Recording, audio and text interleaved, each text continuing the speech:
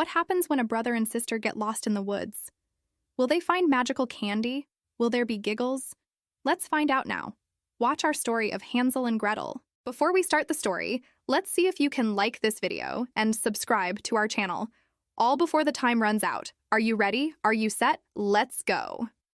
5, 4, 3, 2, 1.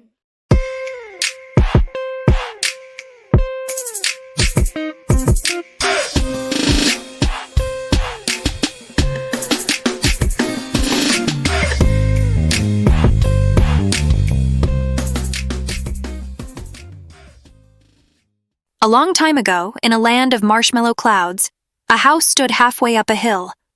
Inside this house there lived a brother and a sister.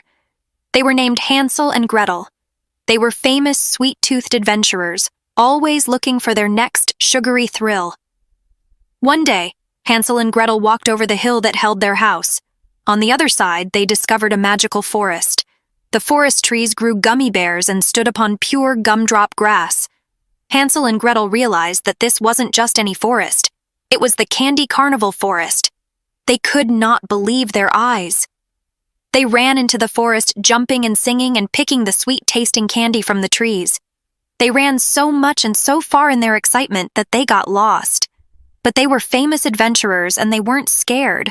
Plus, they had just noticed a gingerbread house that smelled like 100 chocolate chip cookies baking at once. The house was covered with lollipops and had windows made of pure caramel. Delicious. Hansel and Gretel couldn't resist and started nibbling on the windows. To their surprise, the window started to giggle. "Stop it," said the window. Hansel and Gretel jumped with surprise. "Hey there, sweeties, I'm Lolly, the giggling window," said the window with a chuckle. "You can come in, but beware of the candy witch." Hansel and Gretel hesitated but were too excited by the candy aroma to be very careful. They cautiously opened the front door and peeped inside the gingerbread house.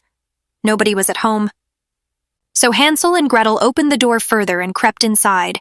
They explored the house, eating their way through candy cushions, chocolate chairs, and gummy bear beds. They were having the time of their lives. Suddenly, the front door opened. The candy witch, Sweet Toothilda, had returned home. Before we find out what happens in the end, make sure to click like on this video and subscribe to our channel. It really, really helps us to keep making storytime stories for you for free. And use the comment section below to tell us which storytime stories you want us to do next.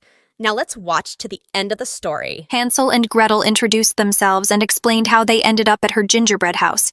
They said they were lost and that they had found the house in the forest. "Well, I would really rather you didn't come into my house when I am not home," said Toothilda. Toothilda then looked around the room at the mess that Hansel and Gretel had made of her home. She said, "I would also like it if you didn't eat all of my furniture and possessions." Hansel and Gretel saw that after their sweet snack frenzy, the poor witch had hardly anything left. They had eaten her out of house and home. Sweet Toothilda told Hansel and Gretel that they would have to replace all of her possessions that they had eaten, and that they had been very naughty for coming in uninvited and eating all her things. She told them that they should never go into a strange place without a grown-up that they know, even if it is a house made of candy.